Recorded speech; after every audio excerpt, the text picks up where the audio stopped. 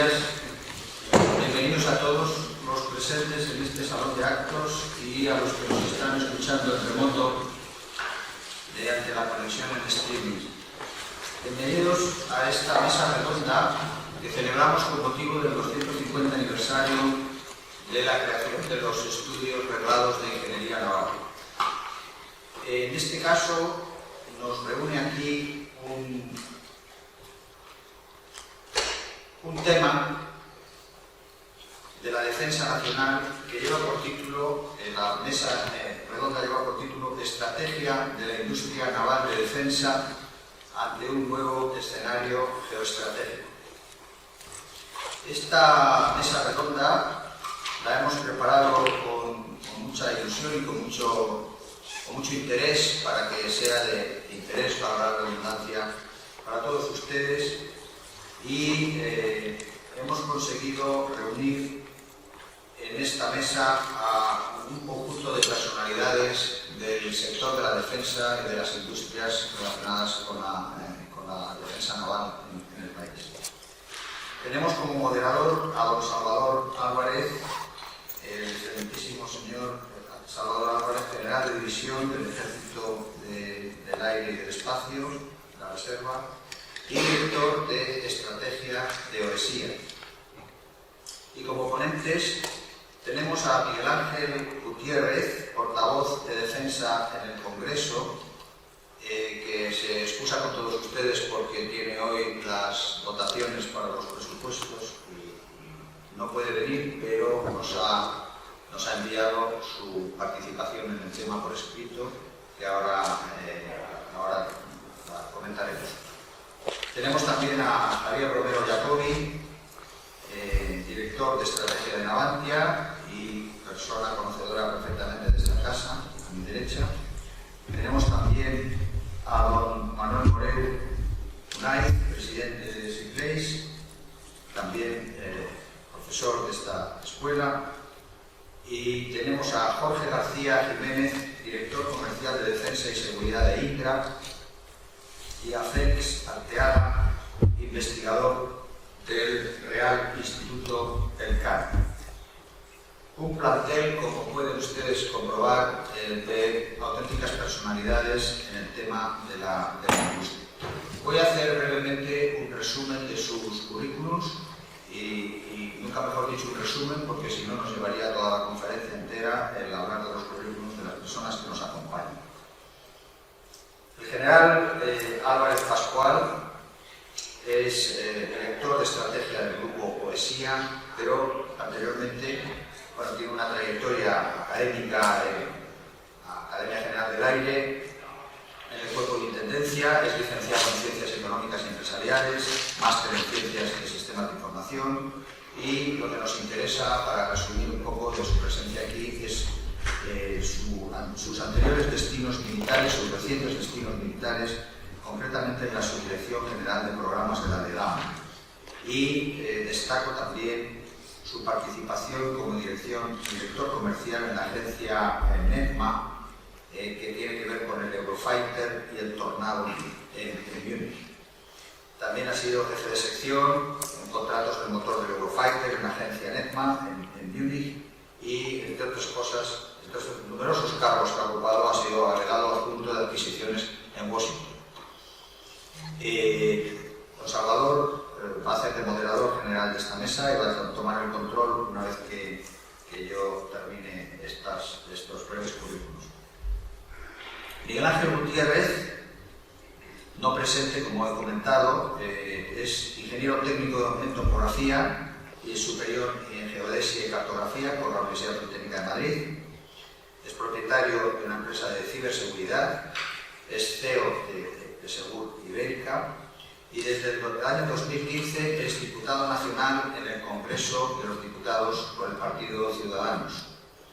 Es portavoz de las comisiones de Defensa, Interior, Seguridad Nacional y coportavoz de la Comisión de Industria del Congreso. Ha sido alumno del curso de Defensa Nacional y es diputado en cargos que ocupa relacionados con la defensa, diputado de la Asamblea Parlamentaria de la OTAN y vicepresidente del Buró de la Asamblea Parlamentaria de la OTAN en el periodo 18-19. Don Javier Romero es actualmente director de estrategia y miembro del Comité de Dirección Corporativo de Navantia. Es doctor ingeniero naval por esta casa en cum laude. Es experto en defensa nacional por el CSD también, el programa de alta dirección de empresas por el EOI, y ha ocupado diversos cargos, sobre todo en AESA, IZAR y actualmente en Navantia, en los que destacamos la dirección de estrategia, miembro del Comité de Dirección Corporativo y la dirección de planificación estratégica e inversiones, adjunto al presidente de IZAR, director de programas y jefe del departamento de propulsión. Don Manuel Coreu es doctor ingeniero naval y máster por el MIT, Massachusetts. Es exprofesor asociado de la UPM y máster Repsol y profesor de la escuela y del Instituto Marítimo Español, comillas. Director general de Seaplace y exconsejero de numerosas empresas como Gamesa, Metalships, Rothman e Iberdrola Renovables, y es consejero de Tubacex y de Iberdrola. Don Jorge García es director comercial de Defensa y Seguridad en Indra. Es ingeniero superior industrial por la Politécnica de Madrid, especialista en electrónica y automática, también tiene el curso de Defensa Nacional, y como experiencia profesional destacamos su participación en el Tribunal de Cuentas, donde estuvo 3 años, en Accenture, donde estuvo 10 años, y en Indra, donde lleva 20 años, donde ha trabajado, empezando en la unidad de sistemas de gestión logística y posteriormente ha ocupado diversas posiciones en el área de operaciones de defensa y seguridad.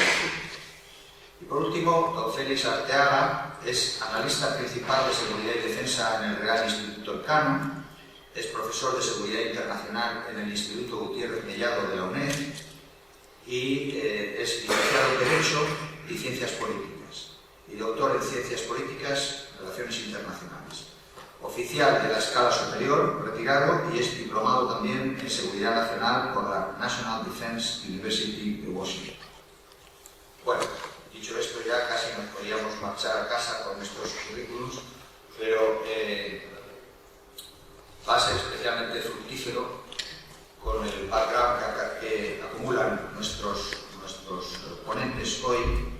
Y sin más, saltando un poco el protocolo, porque debería ser el general quien me diese la palabra, pero como disertación introductoria a la mesa redonda y para poner el balón en juego, don Miguel Ángel Gutiérrez, el diputado del Congreso, nos ha enviado su ponencia, que paso a leer.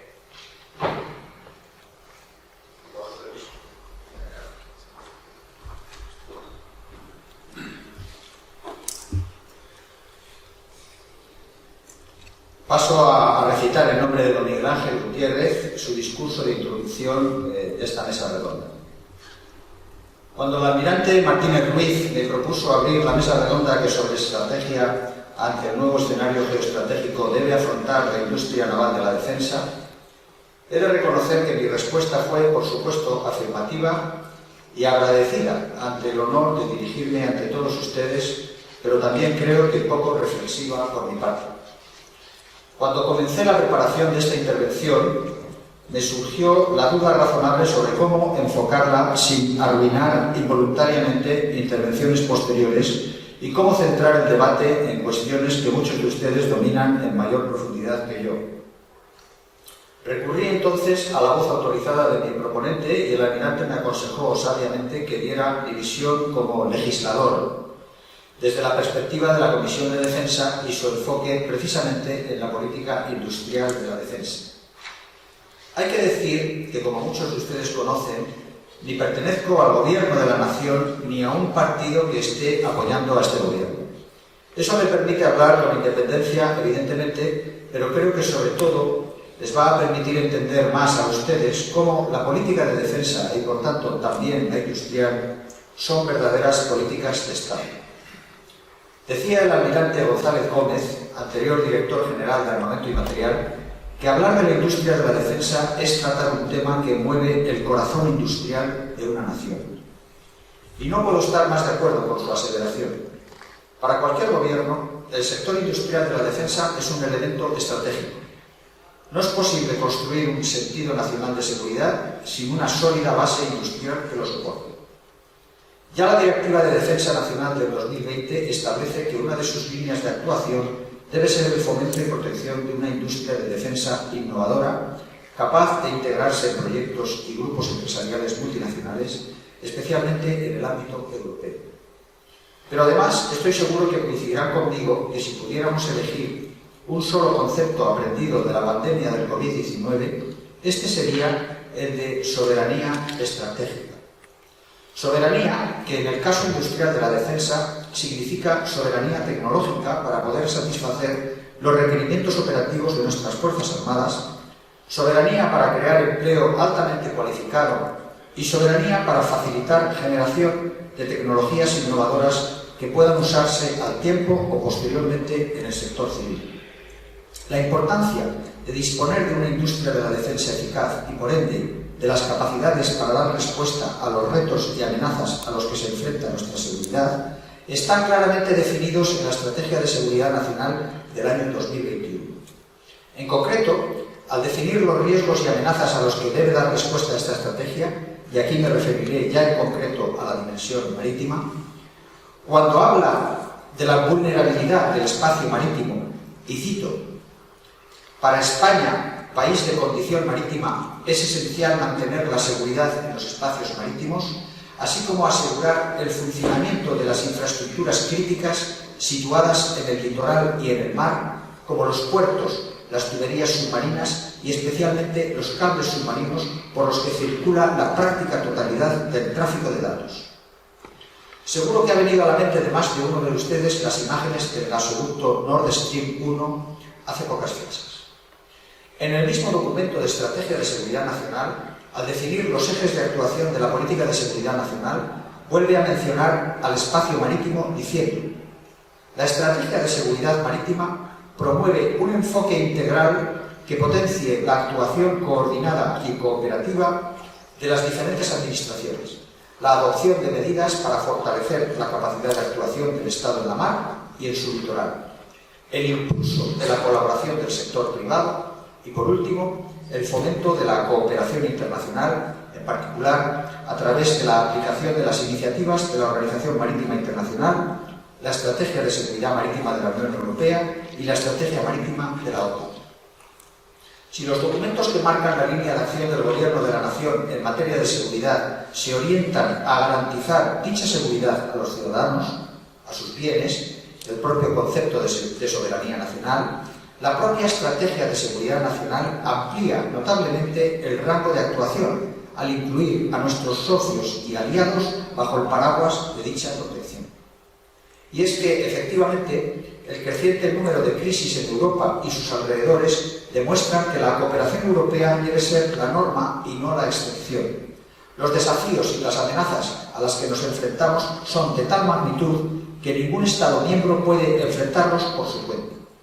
La adopción, por tanto, del nuevo concepto estratégico de defensa europeo, la llamada brújula estratégica, marca un antes y un después para la seguridad y la defensa de la Unión. Es una señal para actuar conjuntamente. Y esto no implica de forma exclusiva la participación armada en defensa de un socio, sino también la cooperación industrial para encontrar soluciones juntos, hacerlas más eficientes desde un punto de vista económico y más atractivas desde un punto de vista comercial. La relación con nuestros aliados está también recogida no solo en el Tratado de Adhesión de la Organización Atlántica, sino en los compromisos adquiridos en las diversas cumbres. Es ampliamente conocida la cumbre de Gales y más aún el compromiso de inversión en defensa del 2% del PIB. Lo mismo puede decirse del nuevo concepto estratégico de la OTAN adoptado en la cumbre en julio de este mismo año, precisamente aquí en Madrid. Dicho acuerdo va más allá de reforzar el concepto de seguridad o defensa colectiva, al que hace mención el artículo 5 del tratado. Se definen expresamente como objetivos el liderazgo tecnológico y la resiliencia industrial, como factores clave para dar respuesta a las amenazas presentes y futuras de las naciones aliadas. Nuevamente el factor industrial está presente y nuevamente la seguridad marítima como eje vertebrador del comercio y la soberanía de las naciones es uno de los bienes a proteger. Así pues, el primer concepto que pretendía introducirles es que cuando hablamos de industria de la defensa estamos hablando de una política de Estado.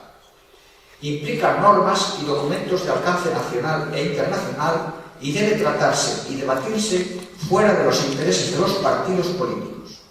Y esto puedo asegurarles que es así, si exceptuamos a partidos que no tienen ningún interés en el propio Estado, claro. A principios del 2021, la Comisión Europea aprobó el primer programa de fondos para la defensa europea, los denominados EDF, por un importe de casi 8.000 millones de euros para el periodo 21-27. La mayoría de estos créditos, de más de 5.000 millones, serán empleados en cofinanciar proyectos colaborativos para el desarrollo de capacidades. Estos créditos van a suponer un antes y un después en el desarrollo colaborativo en la Unión Europea y creo firmemente que suponen una potente herramienta para el mercado de la industria de defensa europea. Pero antes de la llegada de este mecanismo, ya se estaba trabajando desde hace años a través de los programas EADR, de Acción Preparatoria para el Desarrollo de la Defensa, y sobre todo del más conocido EDIDP, el Programa de Desarrollo Industrial para la Defensa Europea.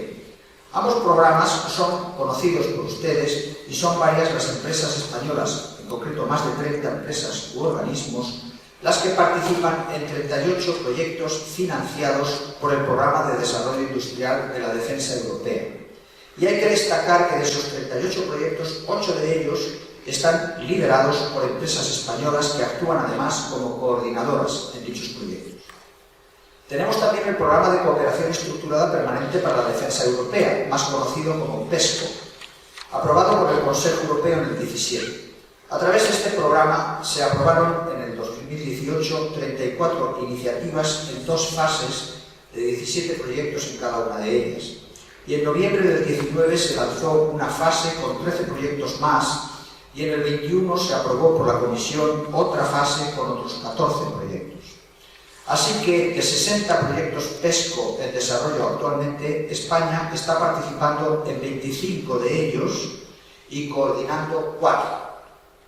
Si nos centramos en los programas que afectan eminentemente a la industria naval, España se encuentra participando o liderando dentro del EDIDP programas tales como el MIRICLE, para el desarrollo de un sistema contra minas autónomo, el SEANICE, para el desarrollo de la nueva generación de guerra antisubmarina mediante plataformas no tripuladas, el TRANSFLITOR, para el desarrollo y diseño de hidrodeslizadores de intervención rápida, y el Sea Defense, un estudio sobre las capacidades navales en condiciones extremas, junto con el OCEAN 2020 para el desarrollo de sistemas autónomos en entornos navales. Dentro del PESCO son 4 los programas que afectan a la industria naval. El UNS para la actualización de sistemas de vigilancia marítima, el MUSAS para sistemas antisubmarinos no tripulados, y el 4E, Essential Elements of European Escorts. Pero sin duda, el programa más ambicioso dentro del PESCO es el conocido como EPC para el desarrollo de la nueva corbeta europea, en la que España participa junto con Italia, Francia y Grecia. Este programa acaba de finalizar las especificaciones de diseño del nuevo buque, lo que no es poco. Todo esto significa, e introduzco aquí el segundo concepto de esta intervención, que hay también un compromiso dentro de la Unión Europea por construir un conglomerado industrial colaborativo para el impulso de la industria de la defensa europea y especialmente el naval. De esta forma, se intenta cumplir con el objetivo introducido por la brújula estratégica, cual es invertir más y de mejor manera en las capacidades necesarias. Y esto es definir las capacidades estratégicas clave en las que deben concretar sus esfuerzos los Estados miembros. Y quiero mencionar las palabras que el señor Borrell, alto representante de la Unión Europea para Asuntos Exteriores y Política de Seguridad, pronunció en el CSD en abril de este mismo año, cuando dijo: resulta evidente que no podemos tener una defensa europea fuerte sin una industria de defensa europea competitiva e innovadora, que sea capaz de proveer capacidades militares de vanguardia a nuestras Fuerzas Armadas. El rol de la industria de defensa española y europea es clave. Para finalizar, me gustaría hacerles unas apreciaciones personales sobre todo lo anterior y cómo veo desde mi posición como miembro de la Comisión de Defensa e Industria y desde la Asamblea Parlamentaria de la OTAN, el futuro industrial de la defensa en España. Es indudable, y así lo he intentado explicar, que la defensa y la seguridad son pilares fundamentales en un Estado de Derecho. También que esto nos ocupa a todos, ciudadanos y empresas, y por supuesto a partidos políticos. En este sentido, las políticas públicas orientadas a través de las directivas y estrategias de seguridad y defensa marcan la hoja de ruta que debe seguirse por gobiernos presentes y futuros y por las empresas con el fin de alcanzar los objetivos propuestos. También que en la consecución de estos objetivos no estamos solos. España, como socio muy importante de la Unión Europea y aliado de la Alianza Atlántica, cuenta para conseguirlos con el esfuerzo colectivo de muchos otros países. Los diferentes programas ya mencionados suponen el marco de actuación con el que todos los Estados miembros nos hemos comprometido y deben ser el vehículo de participación de nuestro esfuerzo industrial, nacional y europeo. Son los programas tractores el punto de encuentro de nuestra industria de la defensa, porque sólo así será posible encontrar las sinergias y la colaboración necesarias. Pero estos programas tractores, además, deben constituir la herramienta necesaria para modernizar nuestro tejido industrial, y aquí me refiero expresamente al español, que es el que más nos preocupa a todos los que aquí nos encontramos. En mi modesta opinión, numerosas empresas españolas del sector de la industria de la defensa siguen siendo demasiado dependientes del mercado nacional y no se encuentran adecuadamente modernizadas. Nuestro ecosistema industrial está compuesto por algunas grandes empresas y por una gran multitud de pequeñas o medianas empresas, algunas poco digitalizadas y siempre a la sombra de los grandes contratos de las empresas grandes. Si miramos el tejido empresarial de socios en países vecinos, observaremos que esto no sucede igual en nuestro entorno cercano. Por supuesto, también que hay grandes excepciones a esto, y tenemos medianas empresas que sí han hecho sus deberes y se han transformado en referencias del mercado español e incluso internacional. Pero lo han hecho a través de la digitalización, la innovación y el desarrollo de soluciones propias y participando poco a poco en los programas de modernización de nuestras Fuerzas Armadas. No todos pueden realizar ese salto cualitativo y a la postre cuantitativo. En ese caso, los clústeres de pequeñas y medianas empresas con soluciones innovadoras y altamente especializadas y digitalizadas son una solución. Pero desgraciadamente escasean en nuestro país. Es cierto que puede faltar un apoyo decidido por parte de las administraciones españolas, pero también es cierto que propietarios de estas empresas son reticentes a compartir conocimientos y gestión. De manera similar a la de otras naciones europeas, la industria española deberá optar por unas tecnologías y capacidades en detrimento de otras que provendrán de fuera de nuestras fronteras. La apertura de cadenas de suministro a nivel europeo reforzará la autonomía estratégica de toda la Unión en su conjunto y será enormemente beneficioso para nuestro tejido empresarial. Desde mi punto de vista, falta entramado accionarial en las empresas de referencia del sector. Si miramos, por ejemplo, a Francia o Italia, es común que las grandes empresas del sector participen en otras de forma minoritaria, pero compartiendo, lógicamente, objetivos y resultados. Eso añade fuerza al sector en su conjunto y se consiguen posiciones comunes con mayor facilidad. De igual forma, hay que incentivar que accionistas nacionales participen en empresas europeas y viceversa. Si somos capaces de que la cooperación europea en este ámbito sea la norma general, sobre la base de prioridades acordadas y tecnologías innovadoras, se producirá, sin duda, un cambio significativo hacia una industria europea más fuerte, en la que las empresas españolas jugarán un papel muy importante. Y quiero finalizar con unas palabras que no son mías, sino del almirante general don Teodoro López Calderón, GEMAZ de nuestros ejércitos y armadas.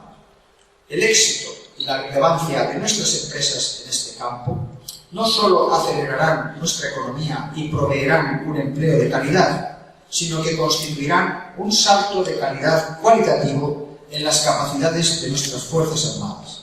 Y de esta forma contribuirán al cumplimiento de la misión de servir a España y a su sociedad de la forma más efectiva posible.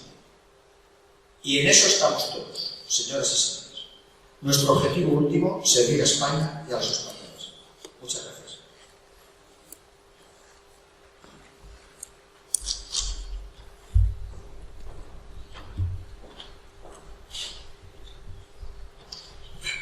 Muchas gracias, director, por tus amables palabras en la presentación y en la exposición de la visión general sobre la situación del entorno en el que nos movemos.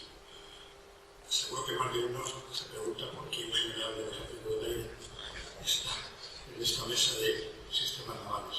Bueno, quiero decir en primer lugar que me unen varios lazos con la Armada y en mi último destino en activo como secretario de programas me ocupo de, creo que soy el único oficial general que ha recepcionado el buque de la banda, el BAM 6 en medio, el buque de acción marítima. Y creo que también soy el único, uno de los pocos que ha disfrutado de una inversión en el Tramontana. A la cota de 200 metros, decía él. Bueno, quiere decir que me unen numerosas asociaciones personales. Vamos a aprender, la forma en que vamos a estructurar la conversación, el debate, va a ser una primera ronda de presentaciones de los ponentes sobre su punto de vista en este tema de la posible estrategia, dónde vamos, cuál es el futuro del sector naval. Pasaremos después a una ronda de preguntas, unos bloques de preguntas, de forma que al responderlas todos los ponentes podamos tener una imagen más completa de todos los diferentes aspectos y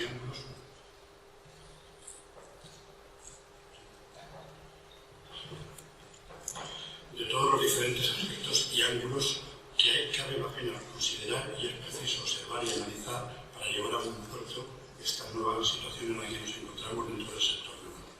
Y sobre todo, viendo la audiencia, algunos ya no, pero sí algunos, necesitamos talento joven. Necesitamos, para todo esto que vamos a exponer y todas las preocupaciones que tenemos desde el sector industrial y desde la administración, necesitamos el talento, necesitamos la innovación, necesitamos soluciones, y esa viene de esta actividad, entre otros. También del mundo digital, de toda la ingeniería digital, puesto que, como veremos, gran parte de toda esa transformación se basa en la transformación digital, que es transversal a muchos sectores industriales, no solo al naval. Pero por eso necesitamos el talento y de ello hablamos. Y sin más, por eso pasamos a ver el punto de vista de cada uno de los ponentes. Empezamos por el mundo de investigación y académico. Buenos días, muchas gracias a la escuela. En nombre del Instituto Mexicano, los investigadores nos dedicamos a ir por ahí viendo qué hacen nosotros y buscando problemas y proponiendo soluciones. Entonces, yo tengo unos problemas y unas soluciones que contarle, pero siempre, ¿no? Cuando estás fuera del sistema, es un outsider, no tienes todo por ahí, ¿no? Lo primero que me gustaría decir brevemente es sí, España es una potencia marítima, pero no es la potencia marítima que podría ser, porque para ser una potencia marítima de un nivel importante hay que tener una estrategia y una vocación de ser. Y eso es lo que, en mi opinión, no tenemos. Eso es lo que vemos como investigadores que tienen otros grandes países de tradición marítima o de vocación marítima, Estados Unidos, Reino Unido, Japón, Corea, Canadá, Portugal, que han desarrollado una gran visión en la que vinculan la prosperidad y la seguridad nacional con una dimensión marítima general, ¿no? Y eso, esa visión general, esa visión estratégica del país, en el entorno marítimo, eso es algo que echamos de menos. Y como consecuencia, si no tenemos esa gran estrategia superior, es muy difícil desarrollar subestrategias que desarrollen los distintos aspectos de esa dimensión marítima, ¿no? Los estados, ¿no? Tanto en el ámbito de defensa como en el ámbito de la industria, como en otros ámbitos.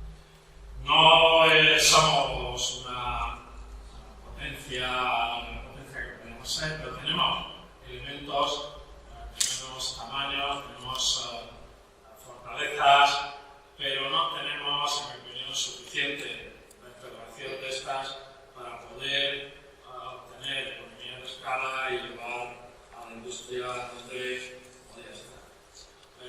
Estamos viendo si tenemos algo, no tenemos nada. Bueno, tenemos una estrategia de seguridad nacional que dice cosas generales del entorno marítimo, como que existe en el mar meridional de China, existen conflictos y que la cosa en el estrecho de Taiwán está complicada, pero nada más.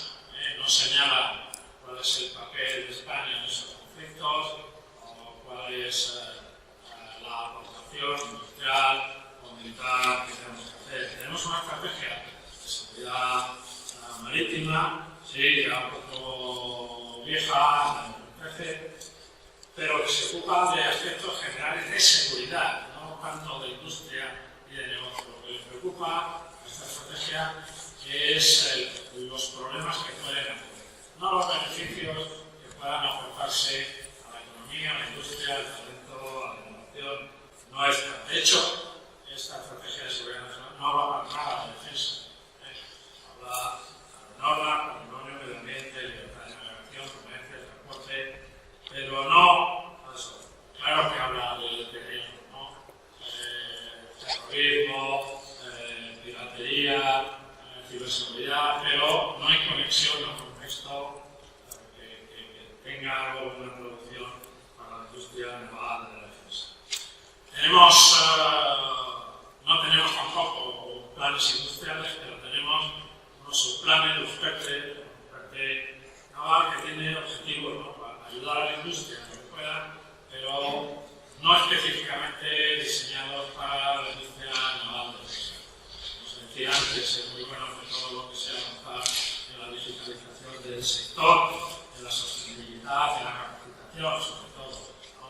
Eso será bueno para la industria naval de defensa, pero falta una articulación específica. Hay países que tienen una estrategia específica para la industria de defensa naval, Holanda, Reino Unido,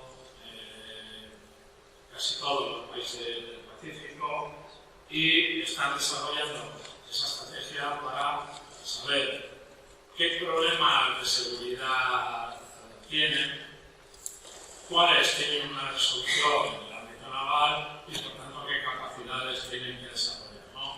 Esto es importante porque hay países no de gran tradición marítima, como Alemania, que acaba de elaborar un documento, una estrategia de actuación en el Indo-Pacífico, y Alemania, que había estado muy alejada de cualquier escenario de dirección naval, lleva un semestre con una presencia, una fragata en zona y con un plan para tener detrás apoyos, infraestructura y desarrollo. Esto es algo que están haciendo todos los países y que yo echo de menos en nuestro campo. Por último, y por no acabar, por seguir complicando la cosa, no tenemos, por un lado, las estrategias que yo creo que serían buenas para la industria naval de defensa, y por otro lado, lo que uno ve venir es una acumulación de subestrategias regionales autonómicas, se llamen estrategia de economía azul, se llamen viaje atlántico, por lo cual nuestra capacidad de agregar valor, de obtener economía de escala, se empieza a desagregar, porque cada una actúa en el ámbito de producción natural, y eso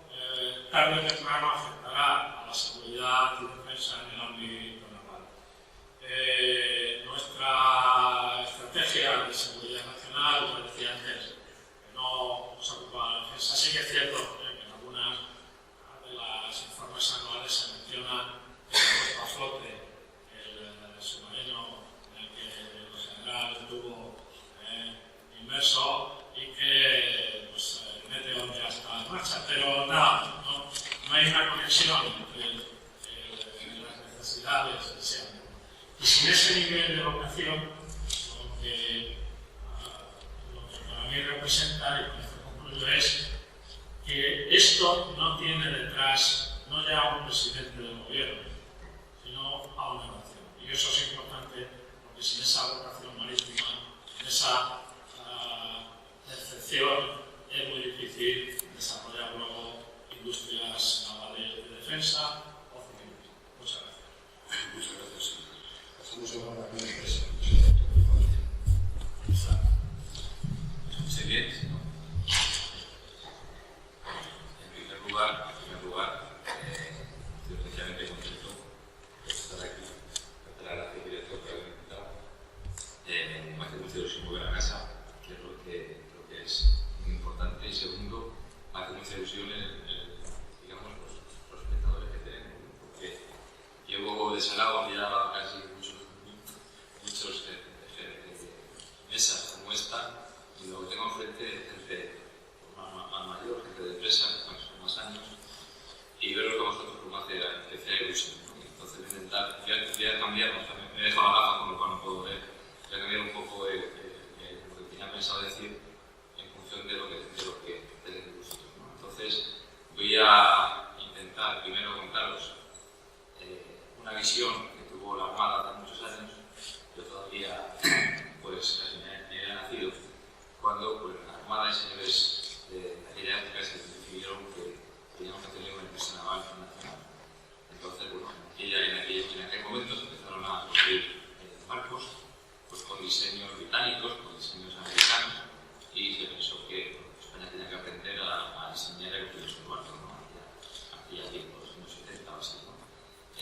Bueno, pues esa visión de largo plazo que tuvieron pues esas personas, pues se ha traducido en que afortunadamente ahora pues Navantia diseña, construye, mantiene todos los buques de la Armada Española, y al final conseguimos cerrar el ciclo virtuoso que le llamamos entre la Armada y nosotros al proceso con la exportación. Y os voy a dar algunos ejemplos, ¿no? Por ejemplo, pues las fragatas F-100 costaron por unos 2.500 millones de euros hace ya años. Pues España ha exportado esas fragatas a Australia, país de primer nivel, Noruega, también país de primer nivel, con nuestros diseños. Nos han comprado nuestros diseños, pues hemos exportado el diseño que hacemos en casa aquí en España, ¿no? Y no solamente es de orgullo, sino también que ha retornado dinero a España, ¿no? De esas 2.900 millones de euros que costaron las fragatas, pues en exportación pues, hemos retornado 2.000 millones de euros.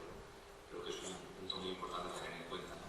No solamente las fragatas, prácticamente hace una semana o semana y media hemos recibido empresas que somos los, digamos, preferentes suministradores para el buque logístico para UK.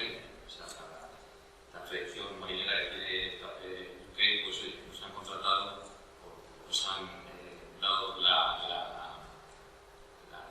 preferencia en el buque logístico con un entorno de unos 1.100 millones de libras, ¿no? Es decir, yo creo que hay que ver por esto en un punto de lado positivo con el vaso medio lleno. Yo creo que este es un ejemplo de una visión a largo plazo y un trabajo conjunto en colaboración, no solamente de Armada Navantia, aquí tengo también de empresas conocidas, sino que esto es un trabajo nacional, o sea, el ecosistema para hacer estos productos que por cierto son muy chulos, o sea, trabajar en un producto como una fragata F-110 o trabajar en un submarino como C-80 son proyectos de verdad y yo estaría orgulloso de trabajar en ellos y de poder participar y conseguir que ese producto funcione y lo que es nuestra mano, ¿no? Entonces, lo que os decía, es un trabajo no solamente de Navantia, sino de todo el ecosistema. El 80%, 90% de lo que es la fragata F-110 se va a hacer en España, con Indra, con Grupo SIA, con Tecnovid, con Avance, con Sinova, con un montón de empresas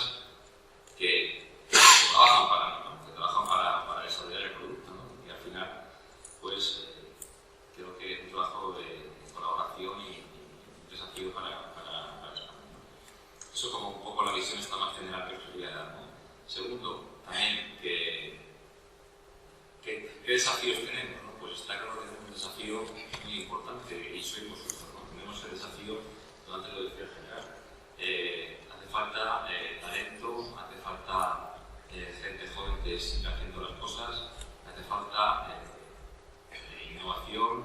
Ahora mismo ya los bancos no son, evidentemente, son bancos, ¿no?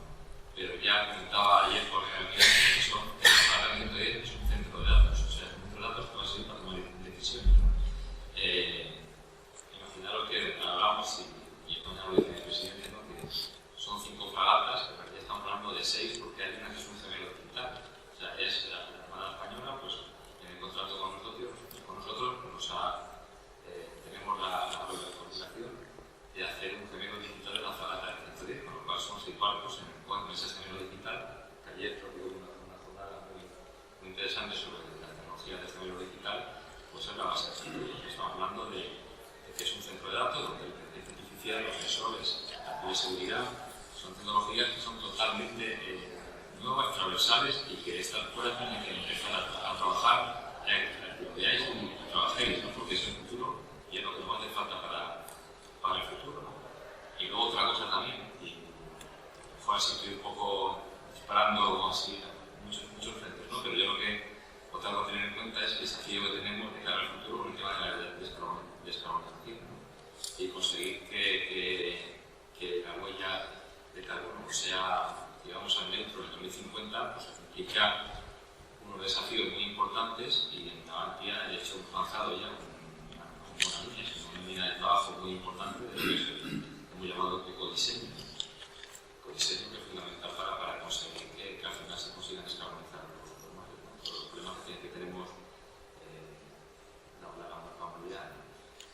Y si queréis, luego yo vamos comentando detalles. Bueno, muchas gracias. Como vemos, vamos pasando del mundo académico y de investigación a la doctora y vamos escalando abajo para que tengamos la palabra en un momento.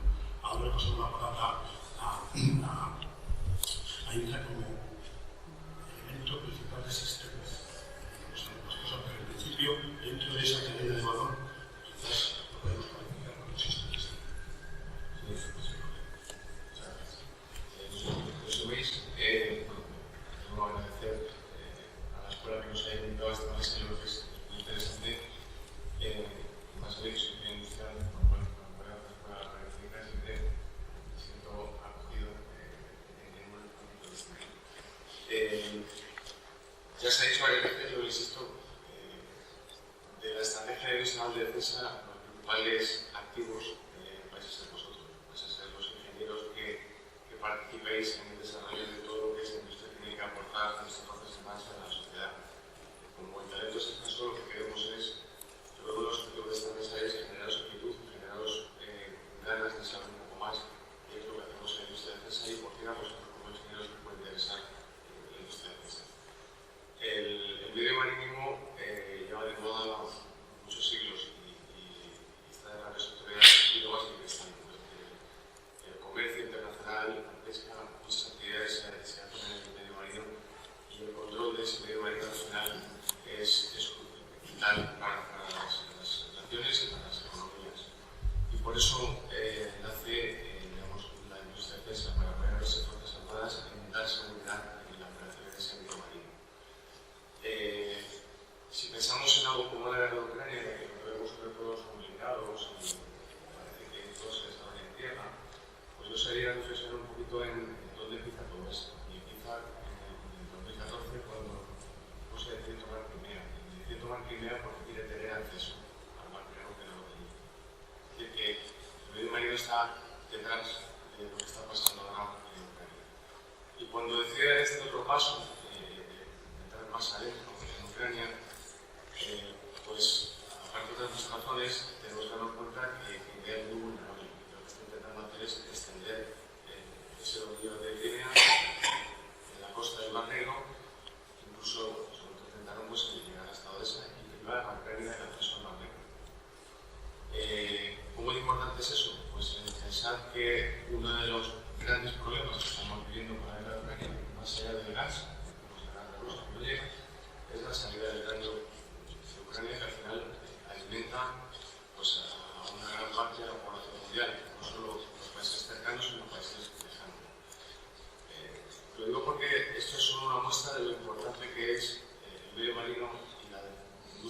defensa, o más bien en la defensa del medio marino en el contexto geopolítico y en nuestro día a día. La industria de defensa general está al servicio de nuestras fuerzas armadas, que son los que nos dan esa seguridad. Yo creo que también la guerra ucraniana nos ayuda a todos a entender que la seguridad no es gratis, la seguridad necesitamos ponernos a trabajar para ella, y la seguridad es tener medios para defendernos cuando alguien nos quiere privar de nuestra libertad. Yo me alegro de que eso se haya visto con la guerra ucraniana y que no se nos olvide. Lo otro que está pasando con la guerra ucraniana es que nos dicen que hay más dinero para invertir en defensa. Y eso, pues, para los que estamos en la mesa nos alegra, pero nos tiene que alegrar a todos como sociedad, y que entre ellos vamos a estar mejor preparados para protegerlos de la otra. Y otra reflexión que está surgiendo, que ya se había empezado antes, pero que se profundiza con la guerra de Ucrania, es lo que se llama la soberanía estratégica europea. Y aquí yo creo que enlazo con lo que estamos hablando ahora aquí, que es cuál es el futuro estratégico de la industria naval de defensa. Pues, si pensamos en clave de soberanía estratégica europea, es evidente que este es un sector en el que Europa quiere tener soberanía. Europa quiere ser independiente y quiere ser capaz de tener su propia tecnología, de tener sus propias capacidades para llegar al caso no tener que estar vinculado a fuentes de suministro que quizá puedan ser vulnerables en cuanto a luego yo creo que llegamos al punto en el que ya entendemos que la industria naval de defensa es importante y en una clave en la que tenemos que tener todavía más capacidades de las que tenemos ahora. Y estamos preparados para esto. Yo creo que esa es la otra pregunta, ¿no? ¿Estamos en condiciones de asumir este reto? Bueno, yo creo que sí, con algunos temas que tenemos que afrontar. Primero ya hemos hablado, es el talento. Hay otro tema que yo creo que hablaremos luego, que es la digitalización de nuestra oferta. Tenemos que progresar en introducir nuevas tecnologías en esto que estamos hablando. Yo creo que Javier es una de ellas. Hay más tecnologías digitales en las que tenemos que trabajar. ¿Cómo cooperar en Europa? Yo creo que es lo grande. Nosotros somos un país dentro de Europa de los grandes, pero dentro de los grandes de pequeño. Y por inversión en defensa, más pequeño todavía. Con lo cual, nuestros ingenieros son muy buenos, nuestra armada es muy buena, nuestro ministro de defensa es muy bueno, es muy competente, pero tenemos que hacernos un hueco entre países que se gastan, pues, a lo mejor 10 veces más que nosotros en este entorno de defensa. Con lo cual, el reto de hacernos visibles y de colaborar con nuestras industrias de otros países europeos lo tenemos ahí también. Pero hay una buena noticia, y es que, como decíamos antes, tenemos ingenieros muy preparados, tenemos industrias muy preparadas. A lo mejor no del tamaño que nos gustaría, pero sí con el conocimiento tecnológico y con la capacidad que queremos tener. Yo os pongo algunos pequeños ejemplos de lo que nosotros en Indra hacemos. Nosotros no hacemos barcos, pero sí que equipamos de sistemas a esos barcos. En muchos casos barcos de Navantia, pero no solo de Navantia. Bueno, pues os digo, nosotros tenemos un nicho muy concreto de trabajo que son los submarinos. Hacemos radares, sistemas de radioelectrónica y sistemas de comunicaciones para submarinos. Los submarinos, los conocéis bien, es un buque muy exigente. Por las condiciones en las que opera y por los espacios en los que tienes que diseñar los equipos que montas en los submarinos, hay que tener un nivel de tecnología muy alto, muy alta. Bueno, nosotros, desde Indra, además de suministrar equipos para los submarinos de la Armada, que son, yo creo que dentro de las no nucleares, los más avanzados para el mundo, suministramos equipos también para los submarinos coreanos. Los astilleros coreanos son, los puestos de muy exigentes. Y vamos a suministrar equipos para submarinos noruegos alemanes. Pues otro cliente también muy exigente, aparte de otros países que lo hacemos. Y también lo hacemos para buques de superficie. Ese es nuestro ejemplo. Yo creo que hay muchos más ejemplos de industria española muy capacitada, muy solvente, y que además, por las circunstancias de nuestros recursos nacionales, nos hemos tenido que ganar la vida en el exterior. Hemos tenido que competir en el exterior porque solo con el mercado nacional no es posible tener la tecnología que tenemos. Yo creo que nada más una cosa más. Pues muchas gracias. Bueno, gracias, general. Bueno, yo lo mismo que Javier traía un discurso que no voy a decir nada al respecto, porque lo que quiero de alguna manera es contaros un punto de vista de las oportunidades que os van a surgir cuando salgáis de aquí, incluso antes. Rusia había aplastado, con anterioridad a la guerra de Ucrania, había aplastado a varias de sus repúblicas antiguas de la Unión Soviética y prácticamente sin ningún tipo casi de oposición y bueno, pues nada nos había hecho alertar sobre el riesgo. Ninguna de esas invasiones nos ha hecho pensar que teníamos que mejorar nuestra defensa. Hemos tenido hace pocos años con Trump pues la pelea de si Europa no participaba en su porcentaje de gasto que correspondía, y era absolutamente cierto. En este caso Trump tenía toda la razón. Entonces veníamos ya de esa línea, y esto ha funcionado, esta invasión de Ucrania y la defensa numantina que el pueblo ucraniano está haciendo, obviamente con ayuda importante de medios occidentales, nos hace pensar que tenemos que aumentar muchísimo nuestra defensa, y no solo obviamente por Rusia, sino por otros países también que pueden poner en riesgo la seguridad del mundo occidental. Por lo tanto, tenemos que aumentar nuestra defensa, el gasto en defensa, clarísimamente. En el sector naval, pues en el sector naval tenemos el lujo de tener una empresa española que es capaz de diseñar y construir los buques para nuestra armada y para otras armadas que nos han ido contratando los últimos años y que nos seguirán. Pero yo quería apuntar un detalle adicional a esto, es decir, vamos a tener que aumentar el presupuesto naval de defensa español y posiblemente no habrá las 5 fragatas más una virtual, sino que habrá algunas más y muchas corbetas, etc. Y es que de los países europeos ninguno estaba cumpliendo con sus obligaciones, es decir, todos ellos tienen que aumentar también su capacidad de defensa. Y hay muy pocos países que pueden nutrir de esas unidades de buques de guerra a esos países que los necesitan, pero ya. ¿Eso qué quiere decir? Pues que no es que esté el vaso medio lleno, es que está lleno.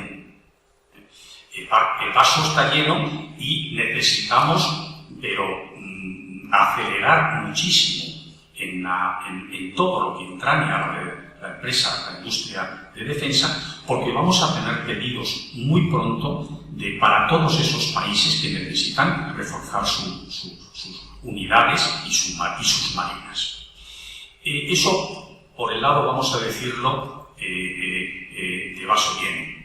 Pero también hay otros vasos que podemos decir que están vacíos. Por ejemplo, la dependencia global que tenemos en muchísimos equipos, en todo lo que es electrónica, etc. Y que en muchos casos es una dependencia no de países aliados, que siempre podemos confiar en que nos van a apoyar y nos van a nutrir de esos materiales, tierras raras, electrónica, etc. Eso, evidentemente, que es un pequeño susto, pero lo que está claro es que tenemos que ser capaces de construir en Europa, y digo Europa, no España, muchísimos de los componentes que ahora en estos momentos vienen masivamente de lejano oriente. Es decir, necesitamos industrializarnos. Y lo mismo que hablamos de la defensa, podemos hablar de muchísimas otras cosas, pero no es el tema de hoy. Por lo tanto, tenéis la suerte de que vais a terminar los estudios donde las oportunidades no os van a faltar. Pensadlo bien, elegir bien, y si lo cambiáis. Pero que no es lo mismo que hace 10 años, que yo cuando estaba aquí, pues la depresión era tremenda y nos teníamos que ir fuera de España porque realmente aquí no había trabajo. Ahora es al revés. Yo estoy trayendo gente de fuera, de los que se fueron hace 10 años, y los estoy trayendo de vuelta.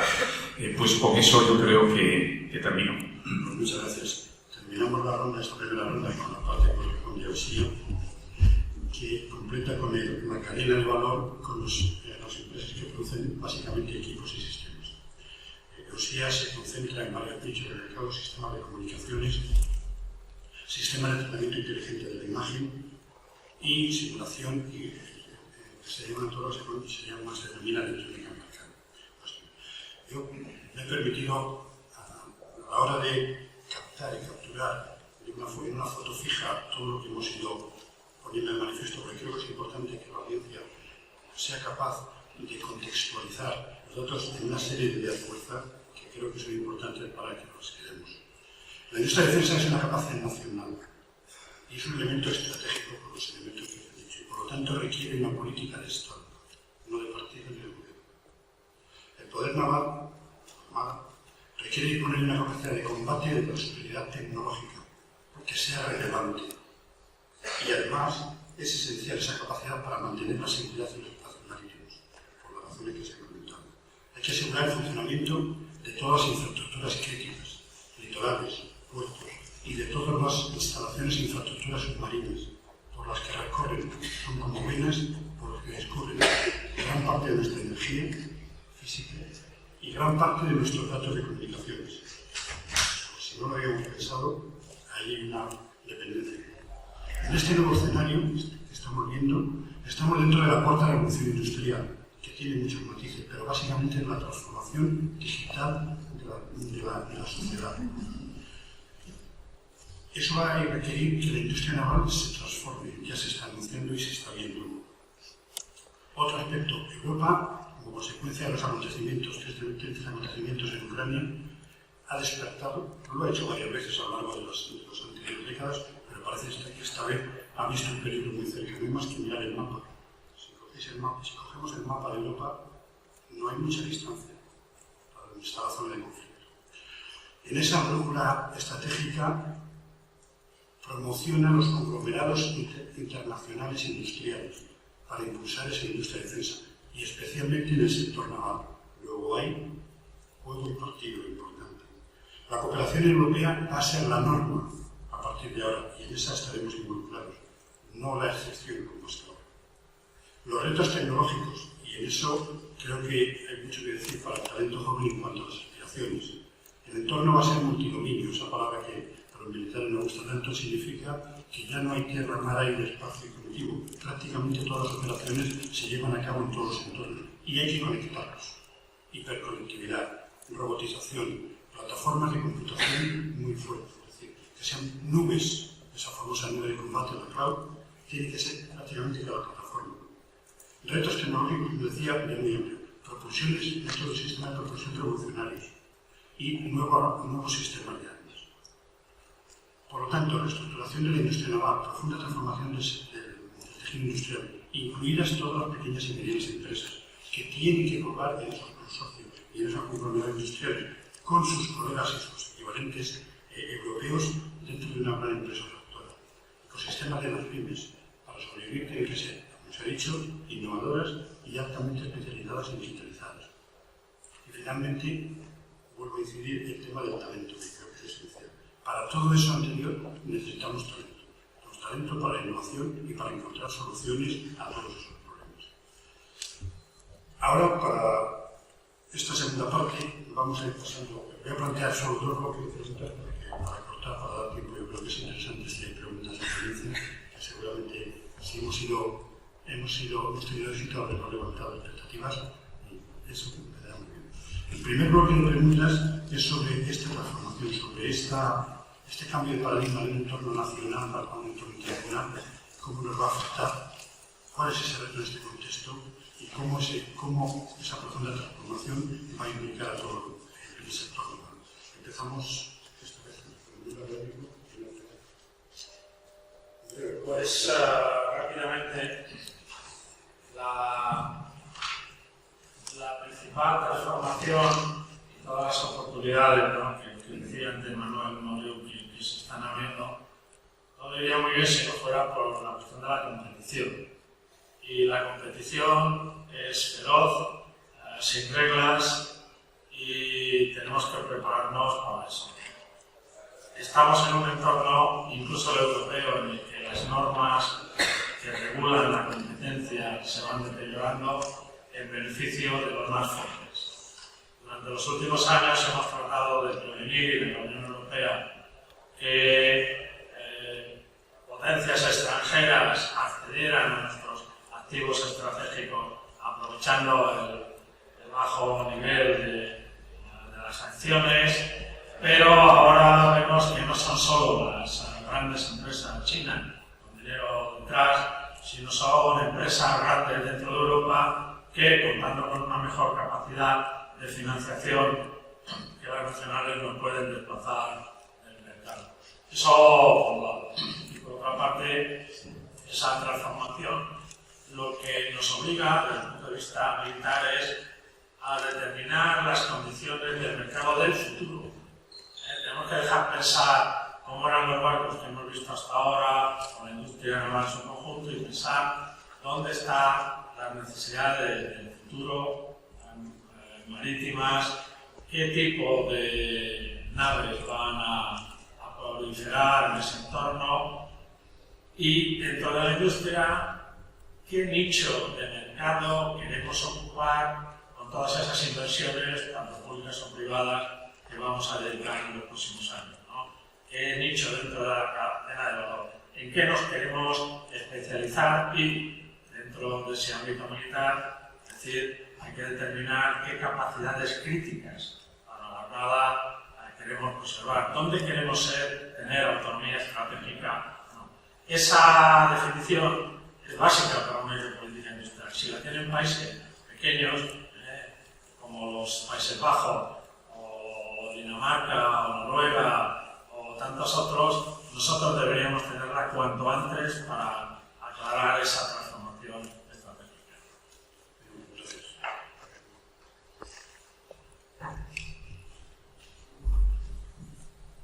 Bueno, yo creo que, por lo mismo de ser pesado, yo creo que es fundamental el tema de la innovación y el conocimiento, ¿no? Entonces, creo que tenemos que trabajar esa parte para poder ser competitivos y para poder estar ahí, ¿no? Yo creo que la verdad es que nos pasamos el día hablando de problemas de escasez de talento, de retención de talento, pero tenemos que poner encima de las soluciones, ¿no? Pero en ese aspecto, pues yo creo que se está apostando fuerte, ¿no? Por ejemplo, en Navantia hemos lanzado la red de centros de excelencia, que son redes, que son centros de excelencia donde estamos ubicados, donde, pues, por ejemplo, en San Fernando, en la Vía de Cádiz, tenemos centros de excelencia de inteligencia artificial, de ciberseguridad, estamos en colaboración con la Armada. Luego tenemos en Cartagena el centro de servicios inteligentes, el centro de gemelo digital. Como veis, estoy diciendo nombres que tienen que ver con tecnologías ahí. Servicios inteligentes, gemelo digital, o sea, que hay que cambiar el canon. El canon ya es, por supuesto, dinámica, pero que yo creo que están unas tecnologías también que son totalmente transversales y que tenemos que estar como navales en la cresta de la ola. Entonces, yo creo que esos centros de referencia, que es centros de conocimiento, de innovación de los ecosistemas, se van a poder potenciar. Yo creo que va a favorecer que España pueda estar digamos, en los primeros puestos de competitividad a nivel europeo, ¿no? Evidentemente estamos al nivel club de Estados Unidos, ¿no? Por ejemplo, en el top 100 de las empresas de defensa, pues solamente estamos en una amplia isla españolas, ¿no? Y eso tenemos que intentar mejorarlo y subirlo, ¿no? Pero bueno, estamos ahí, por lo menos figura nuestros nombres, figuran ahí. Eso también hay que ver desde el punto de vista positivo, ¿no? Pero yo insisto, pues he pesado, innovación y conocimiento me parecen las claves para el futuro de la profesión y de nuestra industria. Bueno, pues mira, yo lo comentábamos antes, Europa es concreto y nos quedamos un poco con Europa. Yo creo que lo haría de otra manera, Europa es una buena oportunidad y es una buena oportunidad. En los últimos años estamos en las convocatorias de Fondo de Defensa, las empresas españolas tenemos muy buenos resultados. Lideramos proyectos y los tratamos de tú a tú con las empresas en las que estamos en los consorcios. Yo creo que hay un mensaje positivo, es decir, cuando lo estáis viendo, porque vosotros ya sabéis mucho de todo de la universidad, nosotros mucho más que nosotros planteamos en nuestra politécnica, hay mucho más nueva de cooperación. Los ingenieros españoles, las empresas españolas son perfectamente competitivas y muchas veces mejores que con las que nos encontramos en el mundo. Yo creo que nos hemos quitado, en nuestro caso, nos hemos quitado unos casos complejos, sabemos que podemos competir. Europa, yo creo que por otro lado, nos da una estabilidad en el sentido de que apoyar los proyectos europeos obliga a los gobiernos a no poder dar bandazos, a no poder parar una inversión que se intentó hace tiempo porque el camino europeo la senda, y lo hemos vivido en los textos más de y otros que están avanzando, con lo cual yo creo que eso es un mensaje positivo, es decir, la estabilidad financiera que no estamos consiguiendo a lo mejor internamente, a lo mejor nos la obliga la cooperación europea, y asumir, yo creo que es muy positivo, es decir, las oportunidades que se nos abren y el espacio de trabajo que se nos abre como ingenieros, como empresas de tecnología,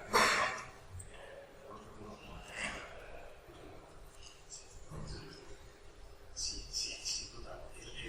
Las oportunidades las tenemos ya y las tenemos no solo en el sector naval de defensa, sino en cualquiera de los sectores del mundo civil. Es decir, España, que era una potencia industrial importante hace 40 años, pues ha ido perdiendo capacidad de una manera muy seria. El mensaje que intentamos dar a los políticos desde hace ya 15 años es que tenemos que recuperar industria, tenemos que dejar de perder e incluso ganar. Nos hemos ido de una manera natural hacia el mundo de los servicios. Nuestro clima, nuestros lugares, etcétera, nos permitían generar mucho empleo en esos temas, y nos hemos ido olvidando de la industria. Esa industria, no voy a decir que haya desaparecido, sigue y sigue siendo importante, pero no tiene el porcentaje del Producto Interior Bruto que tenía hace 40 años ni hace 10. Hemos ido perdiendo capacidad, y por una razón, la razón por la que en España eso ha sido a lo mejor más grave que en otros lugares, pues es muy diversa.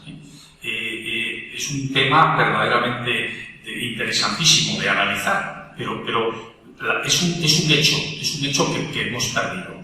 Y los que mantienen la capacidad industrial, pues tienen muchísimo mérito, porque muchas veces se hace en condiciones de bastante lejanía con el mundo político. La política va a su guerra, no voy a decir la guerra, en estos momentos no es la palabra adecuada, pero va a su bola, y sin embargo el mundo tenemos que seguir trabajando, generando empleo y demás. Y la industria es sin duda el trabajo que puede darnos un empleo más estable y de más calidad. Entonces, la apuesta que se hizo hace 30 años por los servicios, pretendíamos ser la California de Europa, etcétera, bueno, pues eso ha quedado en agua de borrajas. Los malagueños, si hay alguno aquí de Málaga, sabe que no. Es decir, Málaga se está convirtiendo en la California en estos momentos de Europa. Pero a lo que voy es que el trabajo va a ser no solo en el mundo militar, sino que las oportunidades las va a haber en todos los temas. Los ingenieros somos como el ladrillo, diría yo. Encajamos en cualquier obra. Se nos utiliza para cualquier cosa. Cuando hablamos de la ingeniería naval, si es civil, pues el mundo es apasionante, el mundo del diseño. Pero hoy en día hay otra fuente de empleo, que es el mundo del dato, el mundo de la informática, que evidentemente necesita miles y miles de profesionales, y que incluso pues reclama ingenieros preparados para otra cosa. Pero como me decía un presidente de una de las grandes consultoras, dice, contratamos ingenieros y a los 6 meses ese ingeniero sabe más de economía que cualquier economista. Pero sigue con una capacidad de trabajo tal que nos resuelve todo lo que necesitamos. Solo cuando no cubrimos con ingenieros los huecos tenemos que recurrir a otros gremios. Entonces, bueno, con eso no os estoy haciendo una propaganda del mundo de la consultoría a la que odio, sino que yo digo siempre que os castran, de alguna forma, para poder diseñar. Lo que queremos es que de esta escuela salgan diseñadores y que se incorporen en esta sala, en esta reunión, hablando de la construcción naval. Muchas gracias. Teníamos varios bloques, porque ocurre que por el tipo de audiencia yo creo que hemos todos efectivamente decidido que lo más importante es cuáles son los cambios legislativos, normativos y organizativos, lo más importante es la tecnología. Y este segundo bloque va de tecnología y con esto cerraremos. Y creemos que precisamente lo que puede reflejar y llenar las aspiraciones de toda la audiencia más joven, que de los mayores, pero eso nos corresponde, son los proyectos ilusionantes. Y se nos abre un mundo ilusionante. Para los que han nacido en esa era, no sé si ya digital, etcétera, no sé por cuál vamos, pero a la digital, mis nietos de un año hacen así con la pantalla, no saben lo que hacen, pero saben qué hacer con los dedos a tocar la pantalla. Tienen un año en pico. Bueno, estamos en comunidad. Lo que se avecina, los cambios tecnológicos que se avecinan, hemos anticipado y hemos hablado. Sistema multivisión, plataformas que se convierten en datos, gestión del dato, inteligencia artificial aplicada a todo tipo de sistemas autónomos, en combinación con los sistemas tripulados, la gestión integral, ingeniería digital, para recortar los tiempos entre el diseño, desarrollo y en producción. No podemos estar 10 años desarrollando un sistema, porque para el momento en el que empieza a operar es obsoleto en muchos de los sentidos. Mantenimientos predictivos. Los sistemas son muy caros en general y lo que necesitamos es que estén el mínimo tiempo sin operación debido a tareas de mantenimiento. Comunidad de sensores. Una de las condiciones que hay en los conceptos modernos es la inmediatez entre la obtención del dato, el análisis para ver que es una amenaza y la determinación de cómo se neutraliza esa amenaza. Ese tiempo es el que tratan todas las fuerzas de la Armada del mundo de reducir con la tecnología. Es decir, que cualquier plataforma obtiene un dato con un sensor de cualquier tipo, radárico, óptico, lo que sea, y puede estar disponible para todos los elementos de una determinada área. Eso es la nube de combate, para la nube táctica. Y eso está basado todo en tecnologías de los que estáis aquí sentados, conocemos mejor que nosotros. Y ese es el reto. Entonces, en este último bloque vamos a hablar de retos tecnológicos, lo que no hayamos dicho ya, para aportarlo, pero otra vez, sobre la parte de ingeniería. Sí, yo, en el pasado, muchos compañeros míos, que sus hijos querían estudiar una ingeniería, y entonces pues me mandaban para convencer al hijo, mi hijo a lo mejor general, con perdón, quería hacer aeronáuticos y decía, ¿cómo va a hacer mi hijo aeronáuticos? Y entonces me lo mandaban para convencerle que no hiciera aeronáuticos. Y yo tenía un argumento que era aplastante, y es que les decía, ¿tú quieres estar 10 años o 20 años de tu vida analizando trenes de aterrizaje? Y eso, digo, claro, es que si tú entras en el programa de construcción de un avión, pues el tren de aterrizaje pues requiere tantas optimizaciones y tantas vueltas que te pasas toda tu vida haciendo tren de aterrizaje. Y como, bueno, la vida laboral es larga, pues pasas al siguiente tren de aterrizaje del siguiente avión. O quieres trabajar en el mundo de la ingeniería naval, donde nosotros tenemos un contrato. En el mundo militar es un poco diferente, pero en el mundo civil contratamos un marco y sí, prácticamente planos, y a lo mejor tenemos que pedir el acero 2 meses después de la entrada en vigor del contrato, y cuando llega el acero tiene que haber planos de fabricación para que el astillero empiece a trabajar. Es decir, la dinámica de nuestro sector es increíble. Es decir, es muy bueno, de hecho es una locura, pero es fascinante. Es decir, el ingeniero trabaja en el proyecto, pero no solo en el tren de aterrizaje, trabaja en el proyecto completo de la unidad.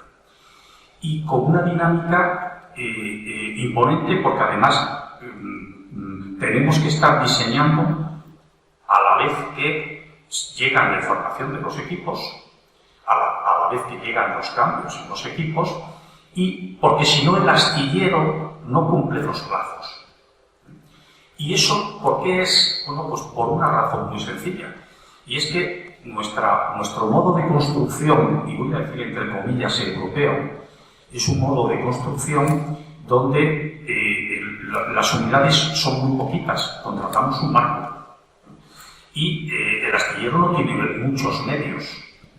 Y entonces, cuando a lo mejor está sin trabajo y entra el contrato, pues tiene que poner a los soldadores a trabajar inmediatamente. Con lo cual, solo para conseguir cumplir los plazos tenemos que cortar en el momento que llega el acero.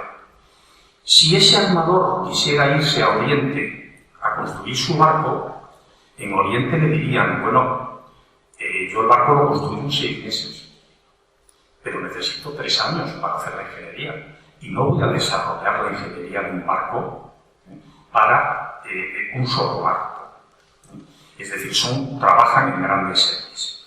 Si hablamos del tema del día, que es la industria naval militar, el mundo no es el del buque civil, pero no tiene, el dinamismo es muy superior a otros sectores de la industria. Es decir, el dinamismo es fascinante, y por lo tanto el trabajo es muy enriquecedor y no se recomienda solo. Tengo que decir que mi porcentaje de éxitos, no voy a decir que sea 100%, en el caso de Convencer he tenido fracasos absolutos en algunos temas, pero que lo he conseguido bastantes veces.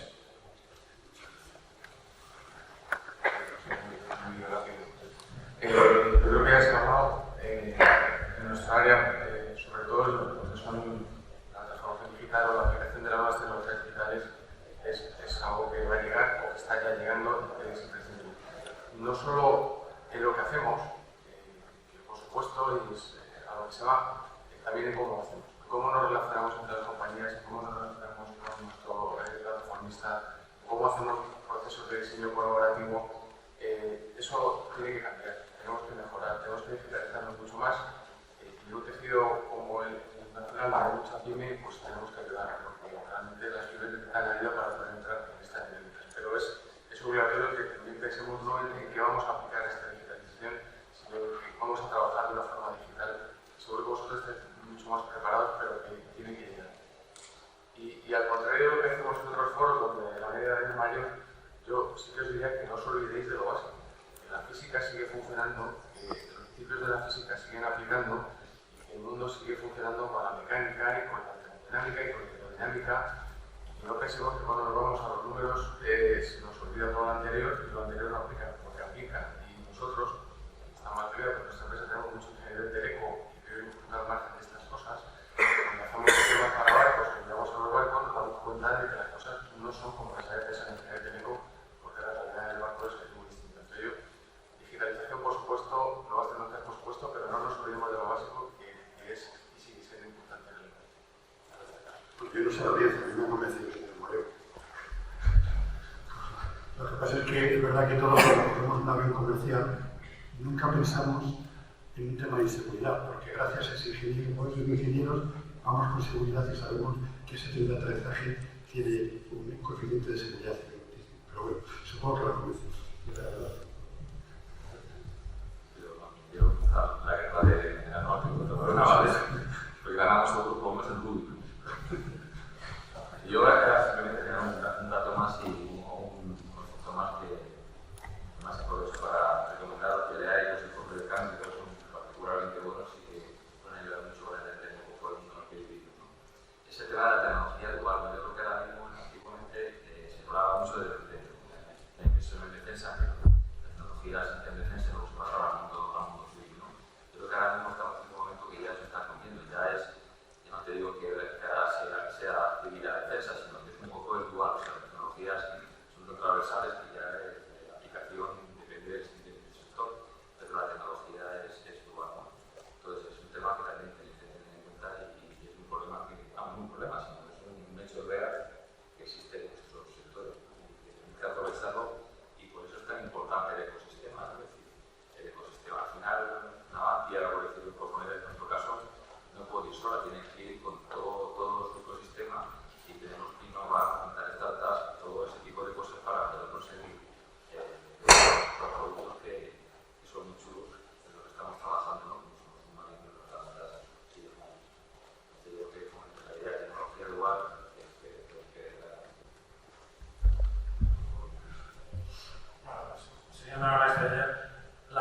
tecnología en el mundo en que vivimos es básica.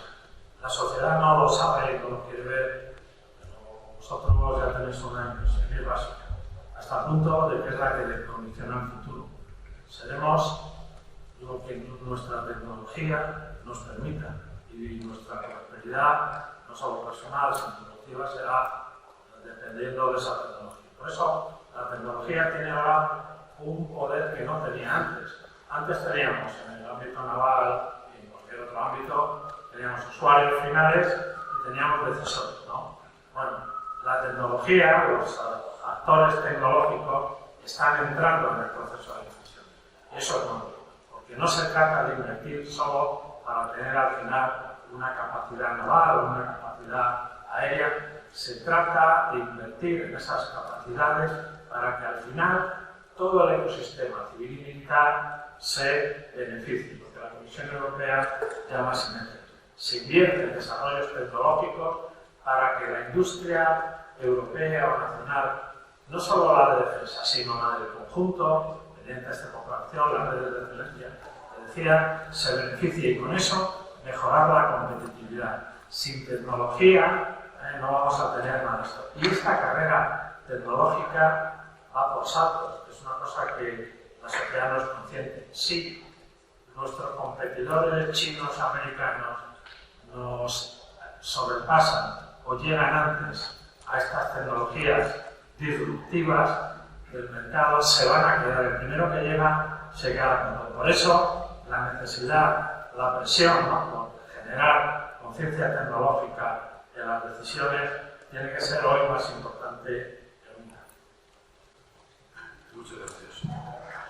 Algo que seguramente lo han dicho, pero no me resisto a decirlo. Todos conocen el submarino S-80, ¿verdad?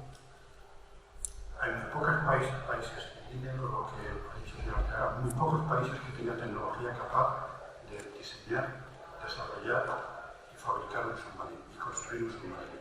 No hay marchas, puede haber 10 o 11. Ocurre igual en el sector aeronáutico, es decir, que tenemos unos nichos de tecnología importantes. Y como se ha mencionado, la evolución, el avance de la sociedad, la protección y el desarrollo está basado en sus diferencias competitivas, que a su vez se basan en la tecnología. Y eso es lo que debemos cuidar y ese es el mensaje que intentamos transmitir. Preguntas, casi con autoridad militar, como no podía ser de otra forma. Pues abrimos el turno de preguntas y os agradeceríamos cualquier tipo de inquietud, pregunta, crítica. No nos ofenderemos si se nos critica, pero creemos que el debate abierto es beneficioso, poderoso, sobre todo porque estamos contemplando el futuro de esta industria. Solo digo una cosa, quien hable que se identifique, si sabemos todo eso.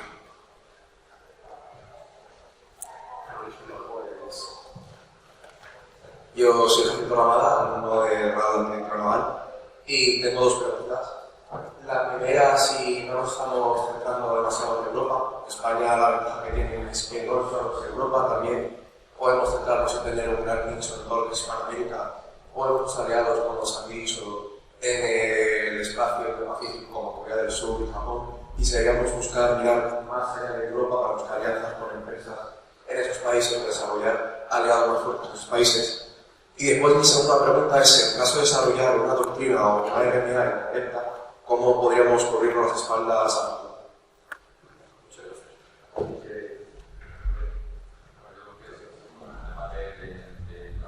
El mercado exterior europeo y también, o sea, que estamos trayendo y trabajando y luchando por los resultados a nivel internacional.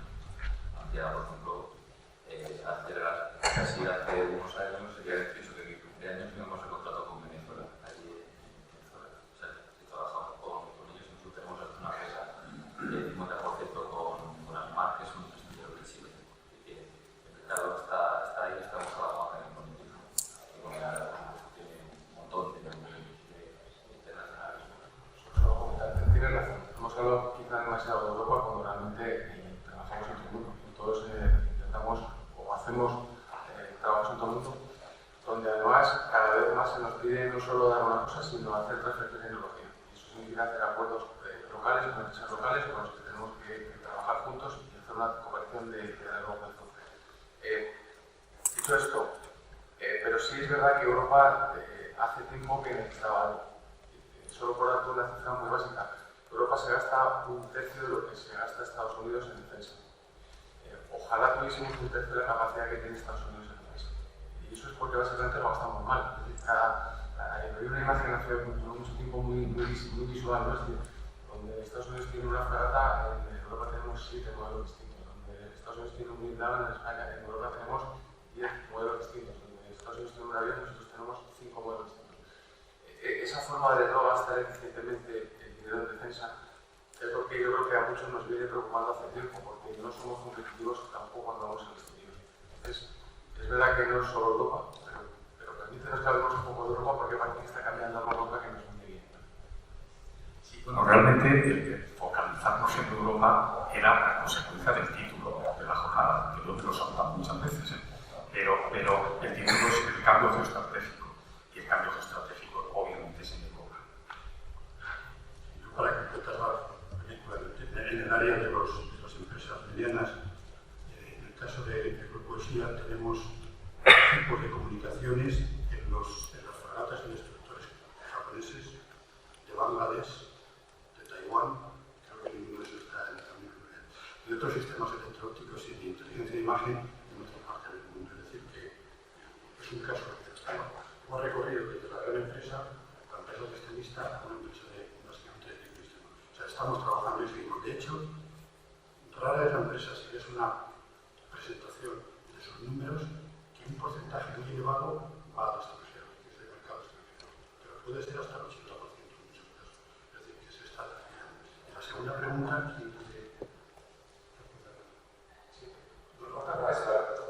era cómo cubrirnos las espaldas o cómo poder protegernos en caso de que las nuevas doctrinas que se están desarrollando, los nuevos RNA, fallen.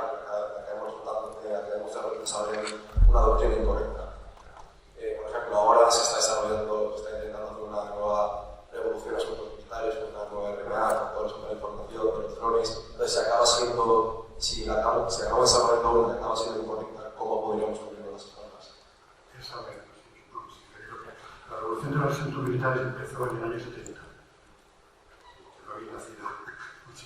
Pero en el año 70 se cogió el documento del Pentágono, existe una primera revolución de la cultura. El presidente preguntó a Estados Unidos. Todo eso va evolucionando. Evidentemente se van, al final, lo que ocurre es la realidad. La cruda realidad es la que nos sorprende. Y hay muchos analistas que hablan de una tercera guerra mundial, que ya estamos en décadas. No es militar, es económica, es energía. Lo estamos viendo en estos días, que ahora mismo no solamente hay las operaciones que salen en la televisión, no sé, de militares, pero hay muchas otras operaciones en que están básicamente alineándose los bloques. De nuevo, no es el antiguo bloque, pero viene a ser igual. Y son operaciones comerciales, son operaciones financieras, son operaciones de obtención de patrimonios, de propiedades. China tiene, si veis el mercado, hay unas, en internet lo encontraréis, es fácil, que aparece el mundo como era hace 20 años, de las inversiones y las áreas de influencia, básicamente el azul y un poquito rojo, por los países de China y demás. Y ahora vimos imágenes casi todo rojo. Es decir, que eso se está librando. Entonces, estas doctrinas están bien porque hay que documentar y materializar para poder transmitirlo, pero están en constante cambio. Pues decimos que ahora hablamos mucho de todas las operaciones multilínea. Ya los 5 espacios de tierra, mar, aire se han confundido, porque la realidad es que todo va unido. Incluso el cognitivo. O sea, no ya solo el ciber, sino el cognitivo. Las operaciones de contrainteligencia, propaganda psicológica, de apoyo a la población. Que estamos en eso, pero tiene razón, las teorías son teorías que muchas veces las preparamos para debate, ¿sabes? ¿Quién iba a pensar que iba a haber blindados en Europa? Así, porque con la Segunda Guerra Mundial, con poco éxito, es verdad. Pero ¿quién lo iba a pensar? Era de los años 70, 60. O sea, que tiene razón. Pero para eso están todos los estados, todos los gobiernos, de forma cooperativa, a través de las organizaciones internacionales, Unión Europea, OTAN, el demás mecanismos de seguridad internacional, tratando de materializar y aterrizar todos esos conceptos a la vista de los ojos. Si habéis visto la brújula estratégica europea, es un documento de marzo del 21, refleja bastante bien las nuevas amenazas. No está cambiando el mundo. como en teoría desde Europa, por eso el enfoque que estamos dando, va a tratar de cubrir esas deficiencias, que no son pocas, son menores. Y esa es un poco la idea, pero totalmente de acuerdo. Y eso es muchas gracias. Por favor.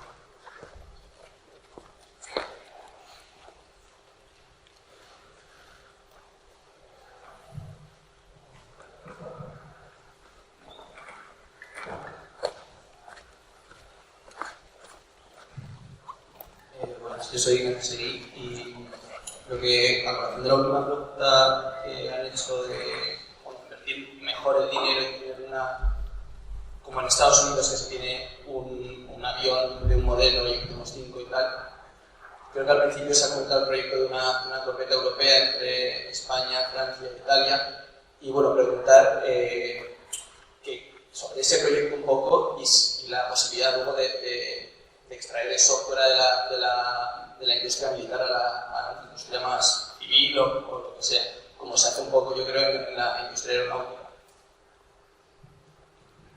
No, por lo que me toca. No, yo vamos, es el EPC, que es la estructura de corbeta europea.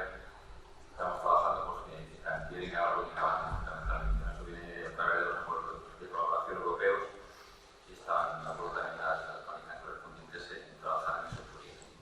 Es el primer caso, digamos, en el mundo naval de colaboración europea, porque está la diferencia es el problema es en la definición de requisitos. Luego que también la industria europea está muy fragmentada. En Estados Unidos hay pocas empresas muy fuertes, pero son pocas empresas. En España, pues, astilleros no son en España, sí, sé lo que es. Pero en Europa hay un montón de astilleros, está en Cantieri y cada uno con un montón de centros productivos, ¿no? Entonces es más complicado esa unión tipo Airbus, es más complicada. De todas maneras, una cosa también importante no a tener en cuenta es que el centro, como en España, el centro de decisión de las informaciones estratégicas navales está en España. En Airbus está en Airbus. Eso es un dato que es importante decidir. Tenemos lo que el gobierno y el Ministerio de Defensa quiere hacerlo, puede hacerlo, lo tenemos dentro de decisión de España. El tema aéreo no está en este caso. Sí, solo comentar, como pasar de 0 a 100 es difícil, porque al final es lo que decimos. Vamos a pasar de 20 fragatas distintas a una, bueno, pues es difícil. Yo creo que hay una iniciativa muy interesante y muy potente de nuestra hermana, que lo que pretende es, a lo mejor no vamos a tener el mismo barco todos, pero sí vamos a tener elementos comunes en esos barcos. Y yo creo que eso es muy interesante y yo creo que es una historia de éxito. Es decir, quizá no vayamos a tener el mismo barco, porque cada armada tiene una necesidad, una particularidad, pero a lo mejor sí podemos tener el mismo radar, sí podemos tener el mismo tipo de reacciones, sí podemos tener propulsores parecidas y eso ya es algo, y no es poco. Y eso es algo que está impulsando España, está impulsando la Armada, creo que con éxito, y es, bueno, pues es un paso muy interesante hacia lo que se busca. Había una pregunta más, por favor.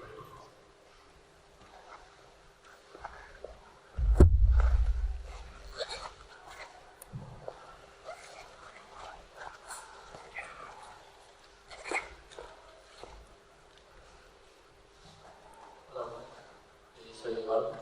Yo tengo una pregunta similar a la suya y tenía una continuación que es si está tan unido, a lo mejor no sé si es tanto, pero ¿se hace la investigación más por la venta o por el propio de tener?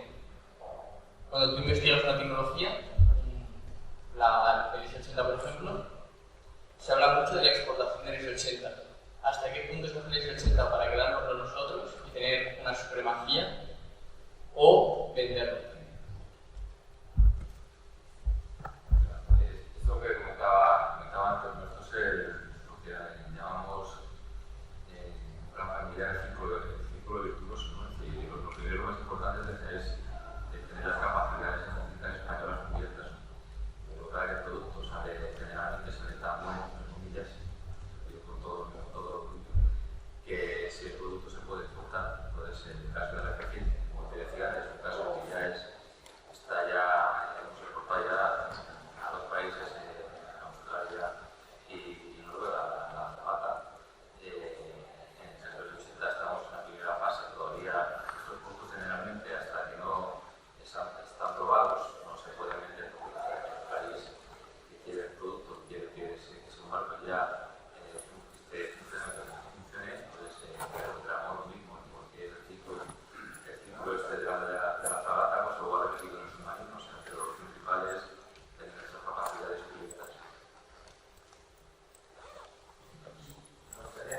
comentario sobre esto que se está diciendo de la eficiencia en el gasto en defensa europeo, con una reflexión, ¿no?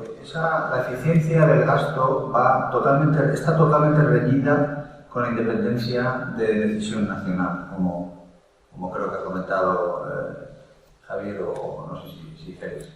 Es decir, por ser un poco bruto, Alemania sería capaz de fabricar todos los submarinos que se necesitan en Europa, y además muy bien. Si todos los submarinos los hacen en Alemania, pues entonces, ¿qué hacen estos señores en Cartagena? ¿Y qué hacen los miles de trabajadores? O sea, es un problema muy serio, ¿no? Eso sería muy eficiente económicamente, porque entonces pues, tendríamos los submarinos alemanes y, bueno, seguramente nosotros haríamos con alguna fragata, tal, y así tendríamos repartido a nivel europeo el cotarro. Pero claro, como también se ha comentado, ¿dónde estarían los centros de decisión de todo esto? España y bueno, cada país perdería ahí su centro de decisión, su independencia, y perdería astilleros, empresas enteras, etcétera, en favor de otras supuestamente más eficientes. Solo quería comentar esto porque creo que es relevante. Sí, esto de la racionalización es un poco trampa. Que tenemos 27 tanques o 27 aviones. Si Estados Unidos no los tiene, Estados Unidos tenía sus 27 tanques y aviones, pero llegaron al acuerdo de decir, bueno, vamos a tener un solo tanque, lo hacéis entre los 27. ¿No? Claro, eso aquí es impensable y si desde luego, si se desmonta la capacidad de empleo, de tecnología y tal, de Cartagena, yo no quiero comprar submarinos europeos, ¿no? Y entonces baja el nivel. Entonces, ¿qué es lo que va a pasar? ¿Qué es lo que está pasando? Que las empresas que tienen nivel tecnológico, que se están integrando en cadenas europeas y globales de valor. Y Navantia saldrá adelante y seguirá estando porque se está integrando en esas, al igual que montones de empresas pequeñas que están entrando en consorcios de navales, marítimos, de espacio y demás. Porque los suministradores, la oferta, se reduce mediante este proceso. Y aquellos que no entren en esas cadenas de valor desaparecerán naturalmente.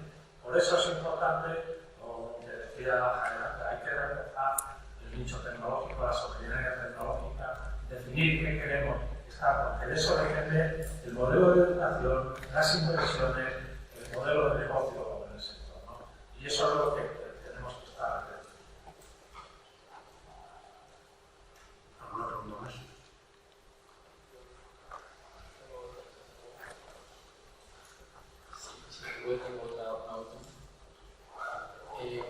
Habéis hablado mucho de que ya no hay tierra, mar y aire, que hay como una única. ¿Hasta qué punto es real si ya hay la combinación simplemente en tierra, mar y aire por separado? ¿Es realista decir que las vas a juntar todas? ¿Y es realista decir que en un momento de caos, como es una guerra, vas a poder juntarlas todas? ¿Y hacer que todas estén como bajo un único mando? Gracias por preguntar. Me expreso mal. No quiero decir que haya desaparecido. Quiero decir que las operaciones y los entornos operativos reales se están confundiendo y operan simultáneamente, por lo cual tenemos que tener los mecanismos, articular las organizaciones, la tecnología para operar de esa forma. Es decir, los entornos además cada vez pueden ser más degradados electrónicamente. Hay muchos medios para degradar electrónicamente el funcionamiento del bucle de combate de la combate de parcialidad. Lo estamos viendo con los militares, lo habéis visto en Ucrania, cómo han conseguido interceptar las comunicaciones de los aliados. Sabían perfectamente dónde estaban. ¿Por qué? Porque no estaban securizados. No tienen... Un detalle muy curioso que a lo mejor nos ha pasado desapercibido. Han matado más generales que los 20 años en Afganistán. ¿Sabéis por qué? Pues porque los han conseguido detectar con sus comunicaciones. Eso es muy fácil, los filtrados, si no tienen las comunicaciones securizadas. Es un ejemplo de la tecnología. Porque dice que todo combina de forma... Esa es la dificultad de los países modernos, precisamente ser capaz de todos esos dominios operarlos como un todo. No digo un solo mando, digo la capacidad, y eso se llama multidominio.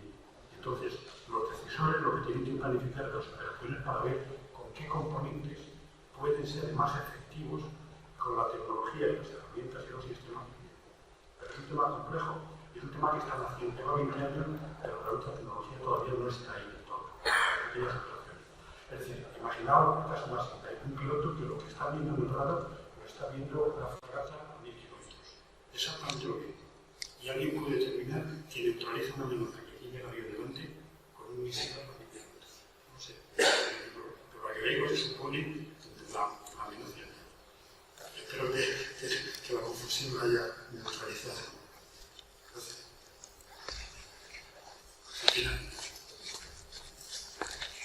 Levanta la mano sin miedo, que no. Buenas, soy Raúl Suárez y quería preguntar hasta qué punto sería útil una construcción o desarrollo a nivel europeo o la corbeta de un portaaviones y si la industria de defensa ha tenido o tendrá un interés en el desarrollo de un buque de este tipo. Casi se tenía que preguntar antes. No. En principio, como os he dicho, yo creo que realmente, ¿por qué el sector aeronáutico espacial se empezó a funcionar hace 30 o 40 años? Porque la tecnología requerida, el nivel de riesgo, el nivel de inversión en el sector aeronáutico era muy elevado. No había ningún país que individualmente pudiera hacerlo. Por eso iban a cabo y se inició con Eurofighter y otros proyectos. En el caso naval que ocurría, como se ha dicho, la industria naval de cada país era potente en general. Era muy intensiva en trabajo. Eso está cambiando, obviamente. Y lo que ha hecho es que ahora es cuando empieza a haber necesidad de contar con unidades muy sofisticadas, muy complejas, para realmente introducir la eficiencia. No a base de que solo hay un sistema, sino que hay un sistema pero colaboren toda la mayor parte de las empresas europeas. Esa por ahí es por donde vamos. Ahora, el tema en concreto de portaaviones, yo creo que preguntar sobre las armadas, o las armadas, si efectivamente hay un requisito.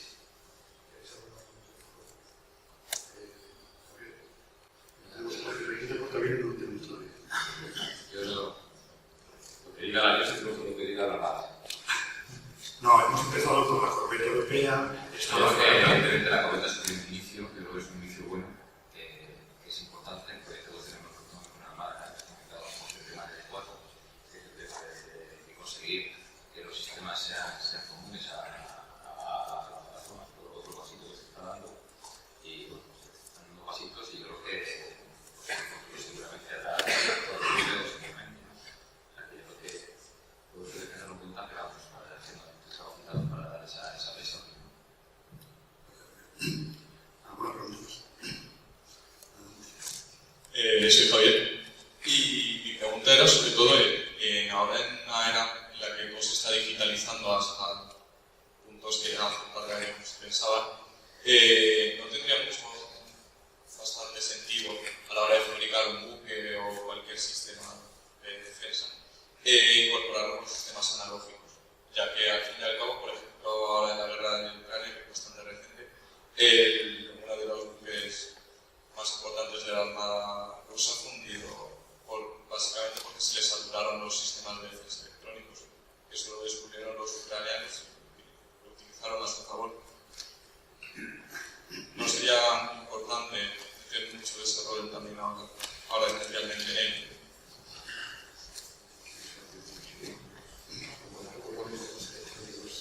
A ver, yo creo que no hay marcha atrás. Es como decir que dejemos los teléfonos móviles y empecemos a andar. Ignoremos que esto está aquí, ¿no? O sea, esto está aquí.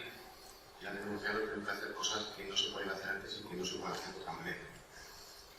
Lo que pasa es que nos abren nuevos retos, ¿no? La seguridad es un camino que no termina. Tú haces algo y el que te lo quiere contramedir, pues hace algo que te lo y tienes que seguir.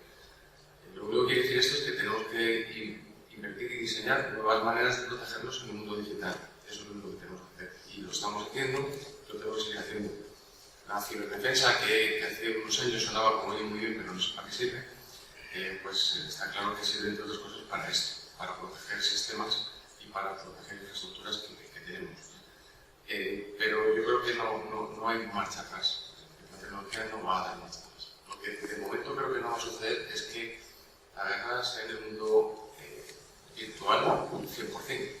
estamos viendo que el mundo físico está ahí y que cuando algo pasa, nos quedamos sin energía, cuando estamos sin alimento o tiene implicaciones muy fuertes, ¿no? Es decir, sí que creo que ha habido conceptos que parecía que iba a esto es el metaverso y todo va a estar todo en el virtual. Cuidado que el mundo real está aquí. Pero la digitalización del mundo real es, yo creo que es irreversible y lo que tenemos que hacer es cómo hacer más seguro ese mundo en el que estamos.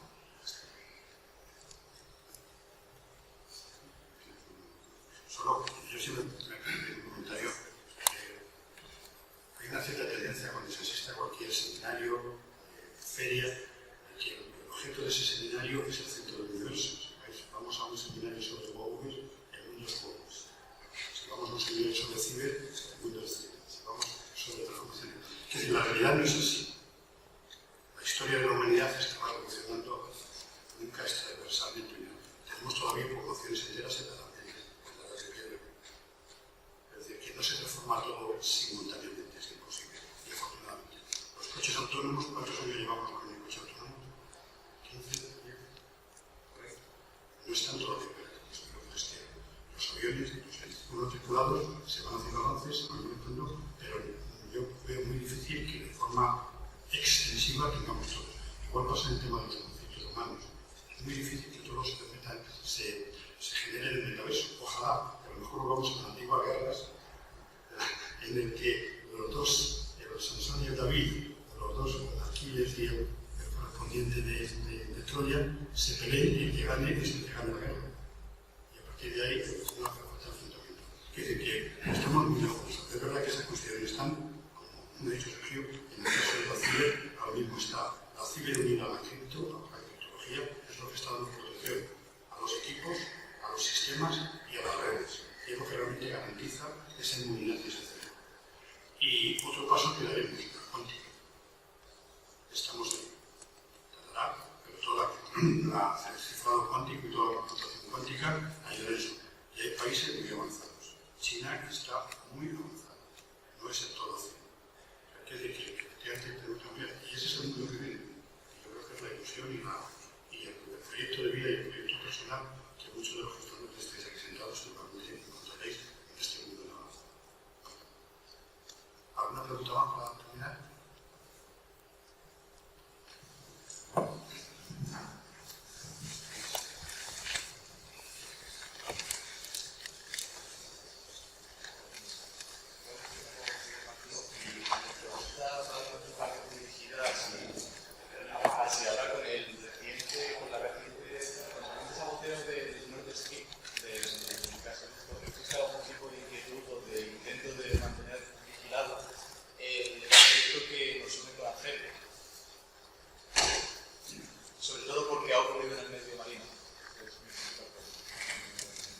¿Puedes repetir, por favor, acércatelo porque desde aquí no te oímos? Vale, ¿mejor?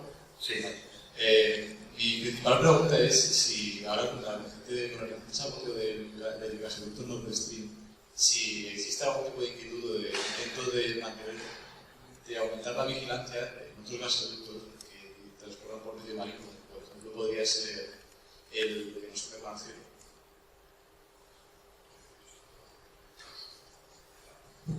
Conectar esta pregunta con la anterior.